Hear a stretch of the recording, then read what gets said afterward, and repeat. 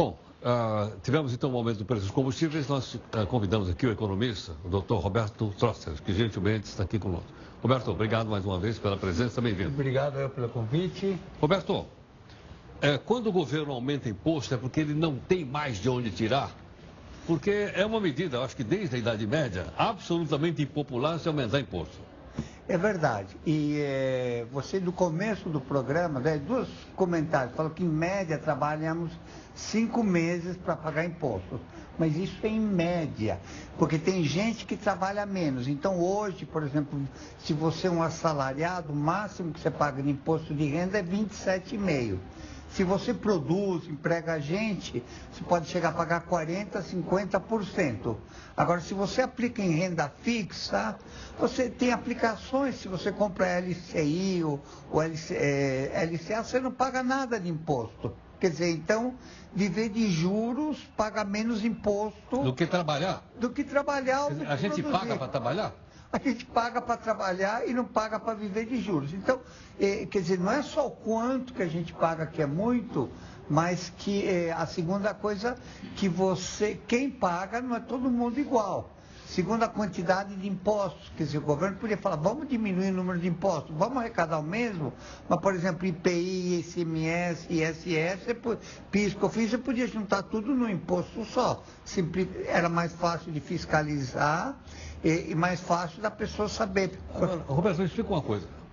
Por que em outros países do mundo, por exemplo, nos Estados Unidos, o imposto de renda é alto, mas o imposto sobre consumo é barato? E aqui é o contrário, aqui o imposto de consumo é alto, e o imposto de renda tem essa alíquota que você falou de 27,5%. Não, uma coisa mais simples, quer dizer, primeiro mais difícil, o imposto sobre consumo incide proporcionalmente mais sobre os mais pobres.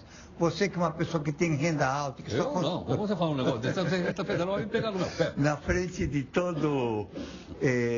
você só consome uma parte da tua renda. Então, a parte que você consome, você paga imposto, e a parte que você aplica, você não paga. Em troca que os câmeras, que ganham bem pouco, eles consomem muito do salário deles. Eu acho que o Roberto é candidato a apresentador do jornal aqui, pelo jeito. Vai ganhar aqui o apoio de todo mundo aqui. Era segredo, mas ele já me amou.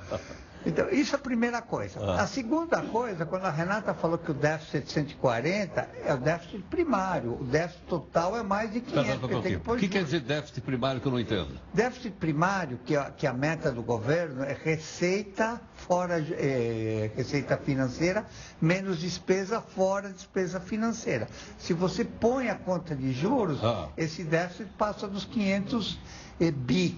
500 bilhões? Bilhões. Quer dizer, falta no cofre do governo no final do ano 500 bilhões de reais. Falta no cofre do governo, isso que faz a dívida estar crescendo.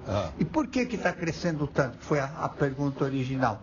Só os 5 primeiros meses desse ano, comparados com 5 meses do ano anterior, é fato, os gastos da Previdência aumentaram mais de 11%, mas os gastos da folha de governo, quer dizer, os gastos com salários e benefícios aumentaram mais de 16%. Quer dizer, aumentaram os salários para o funcionalismo, que estavam muito baixos, quer dizer, eles só ganhavam quase 80% a mais na média que o do setor privado, aumentaram mais e agora a gente tem que pagar mais imposto para... Quer dizer, nós estamos pagando imposto para não deixar o déficit maior do que ele vai ser, é isso? Exatamente. Porque déficit vai ter de qualquer jeito. Vai ter, e tem mais.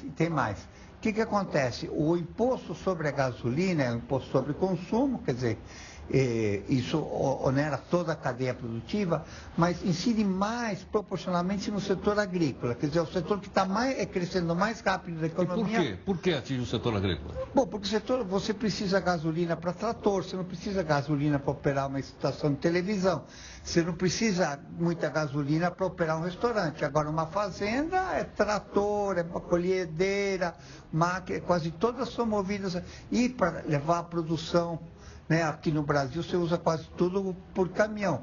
Então, é o mais intensivo em combustíveis.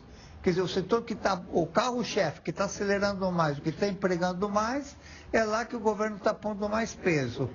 Então, na margem, isso tem um impacto negativo no crescimento e na margem, quer dizer, acaba arrecadando menos de outros tributos. Roberto, o governo está jogando também com a ideia de que a inflação está muito baixa E aumentar o combustível não vai provocar um choque de inflação como aconteceu no passado? O governo segurava o aumento do combustível, quer dizer, vai dar a inflação? É fato. A inflação está muito baixa, depende. Se você olha para a inflação brasileira, está muito baixa. Se você olha para os outros países, vai estar 3,5%, não está baixo. Então, nosso passado... É que eu estava comparando com a da Venezuela. Então, a gente faz isso. Mas se você... Na média, a meta de inflação dos países está na casa dos 2%.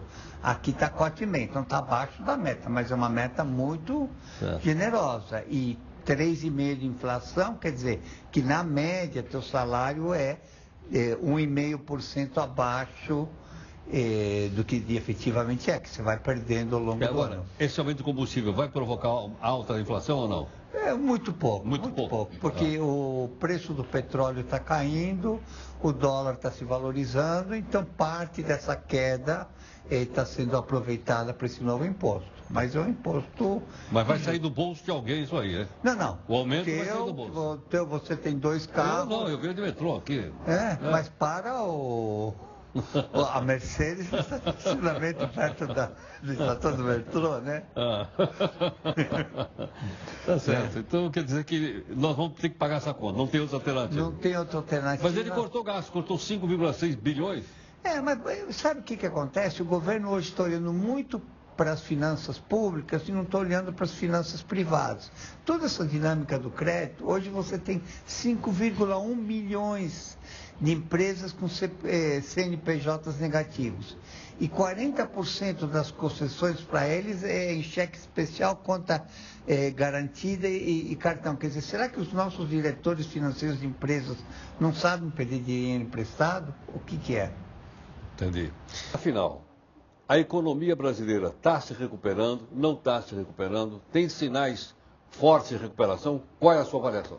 Não, está se recuperando. Isso já era previsto que ia se recuperar esse ano antes do governo Temer assumir. Você previa essa recuperação. Nós vamos crescer esse ano. Nós vamos até crescer um pouco mais do que está sendo projetado.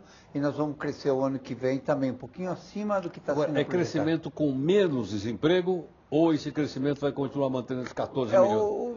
14 vão baixar para 13, talvez, mas se você pegar todos os desempregados, pôr assim de braços abertos, é mais do que o perímetro do Brasil. Quer dizer, mais do que os 20... Daria para dar um abraço no Brasil? Daria para dar um abraço no Brasil. E tem fábrica parado, comércio vazio, estrada vazia. E mesmo assim, quer dizer, você tem o desemprego é grande.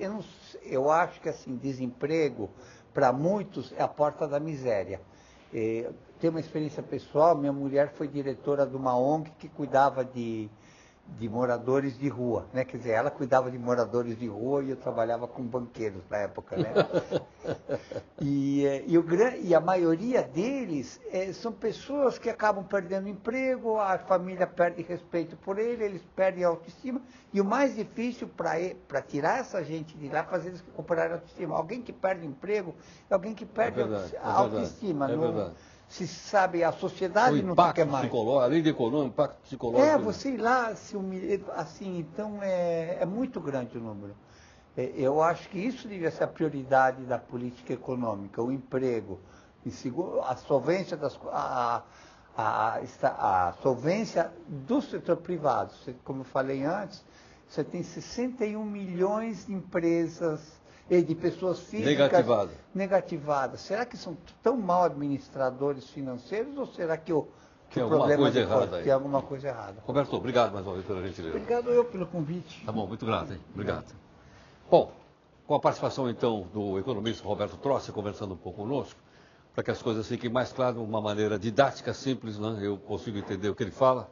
Quando eu não consigo entender, eu digo, peraí, não estou entendendo, né? E aí as coisas vão ficando mais claras para todos nós. Como elas mudam todo dia tem gente aqui para nos ajudar a entender a evolução da nossa sociedade.